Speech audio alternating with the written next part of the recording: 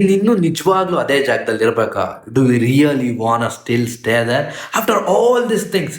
ಅದು ನಾನು ಅಗ್ರಿ ಮಾಡ್ತೀನಿ. ನಮ್ಮ ಜೀವನದಲ್ಲಿ ತುಂಬ ಇಂಪಾರ್ಟೆಂಟ್ ವ್ಯಕ್ತಿಗಳನ್ನ ನಾವು ಕಳ್ಕೊಬಾರ್ದು ಅಂತಂದರೆ ಈಗೋ ಅನ್ನೋದು ಅಡ್ಡ ಬರಬಾರ್ದು. ಏಯ್ ಬಿಟ್ಬಿಡೋಣ ಈಗೋ, ಆಯಿತಾ? ಕೆಲವೊಂದು ಸತಿ ಇನ್ನೂ ಒಂದು ಸ್ಟೆಪ್ ಮುಂದೆ ಹೋಗಿ ಸೆಲ್ಫ್ ರೆಸ್ಪೆಕ್ಟ್ ಅನ್ನೋದು ಎಲ್ರಿಗೂ ತುಂಬ ಇಂಪಾರ್ಟೆಂಟು. ಅದನ್ನೂ ಬಿಟ್ಬಿಟ್ಟು ಆ ವ್ಯಕ್ತಿ ನಮ್ಮ ಜೊತೆ ಇರಬೇಕು, ಆ ಬಾಂಡನ್ನು ನಾವು ಉಳಿಸ್ಕೊಬೇಕು, ಅದು ಗಟ್ಟಿಯಾಗಿರಬೇಕು ಅಂತಂದಾಗ ಸೆಲ್ಫ್ ರೆಸ್ಪೆಕ್ಟ್ನೂ ಬಿಡ್ತೀಯ ನೀನು, ಅದನ್ನೂ ಬಿಟ್ಬಿಡ್ತೀಯ, ಆಯಿತಾ?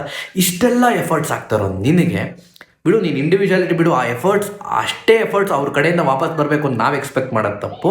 ಆ ಕಡೆಯಿಂದ ಬರ್ದಿರ ಇದ್ದರೂ ಕನಿಷ್ಠ ಪಕ್ಷ ನೀನು ಆಗ್ತಾರೋ ಎಫರ್ಟ್ಸ್ಗೆ ರೆಕಗ್ನಿಷನನ್ನು ಸಿಗ್ತಿದ್ಯಾ?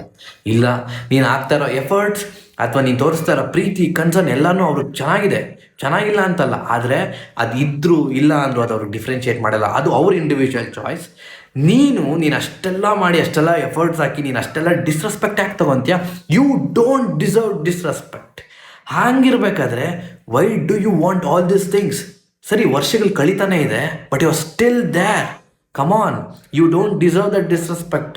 ನಮಗೆ ಪ್ರೀತಿ ತೋರಿಸೋರಿಗೆ ನಾವು ಇನ್ನಷ್ಟು ಮತ್ತಷ್ಟು ಪ್ರೀತಿ ತೋರಿಸೋಣ ಅವ್ರಿಗೆ, ಆಯಿತಾ? ಅವಾಗ ಇನ್ನೂ ಎಲ್ಲ ಚೆನ್ನಾಗಿರುತ್ತೆ. ಅವರೊಬ್ಬರು ನಮಗೆ ನಾವು ಆಗ್ತಾರೋ ಎಫರ್ಟ್ಸ್ಗಾಗಲಿ, ನಾವು ತೋರಿಸ್ತಾ ಇರೋ ಪ್ರೀತಿಗಾಗಲಿ ಅದಕ್ಕೆ ಕನಿಷ್ಠ ಪಕ್ಷ ಬೆಲೆ ಕೊಡ್ತಿಲ್ಲ ಅಂತಂದಾಗ ಅವ್ರು ಚೆನ್ನಾಗಿರಲಿ ಅವ್ರ ಜಾಗದಲ್ಲಿ, ನಾವು ಅದರಿಂದ ಆಚೆ ಬಂದ್ಬಿಡೋಣ. But you don't deserve disrespect.